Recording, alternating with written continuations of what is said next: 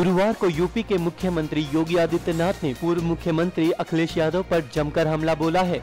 योगी आदित्यनाथ ने आरोप लगाया है कि अखिलेश यादव ने केंद्र सरकार की ओर से कल्याणकारी योजनाओं के लिए भेजे जाने वाले पैसों को नहीं लिया। अपने सरकारी आवास पर लाइफ सेविंग इक्विपमेंट से लैस एम्बुलेंस सर्विस की शुरुआत करते हुए कहा कि जहां पर स्वास्थ्य सुविधा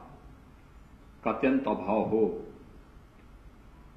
वहां पर अगर किसी राज्य सरकार को केंद्र सरकार के सहयोग से इस प्रकार की एडवांस लाइफ सपोर्ट एम्बुलेंसेस प्राप्त हों और प्रदेश सरकार उसको न ले पा रही हो, तो जनता के प्रति उस सरकार की क्या जवाबदेही रही होगी, आप सहज अनुमान लगा सकते हैं। लोकतंत्र में जनता के द्वारा चुनी गई सरकार जनता के प्रति जवाबदेह हो, यह एक उदाहरण हम सबके सामने है कि केंद्र की सरकार पैसा देना चाहती थी, लेकिन राज्य की सरकार लेना नहीं चाहती थी।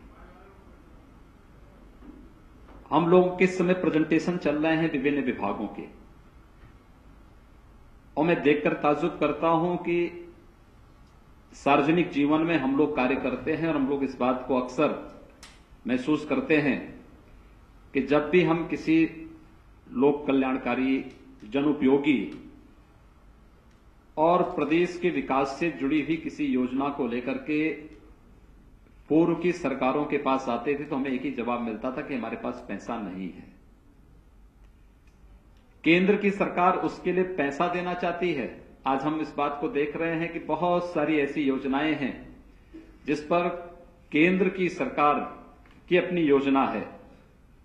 केंद्र सरकार प्रदेश सरकार को पैसा देना चाहती थी,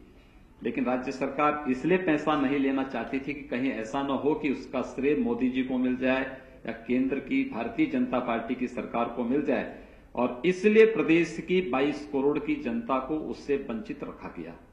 केंद्र और राज्य दोनों की अपनी भूमिका है और दोनों को मिलकर के इस लोक कल्याणकारी अभियान के साथ चलना होगा।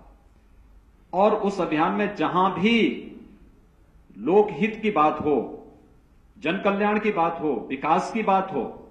वहां पर कहीं न कहीं उन मतभेदों से ऊपर उठकर के कार्य करने की एक प्रवृत्ति पैदा होनी चाहिए थी, नहीं हो पाया। एनएमएफ न्यूज की रिपोर्ट।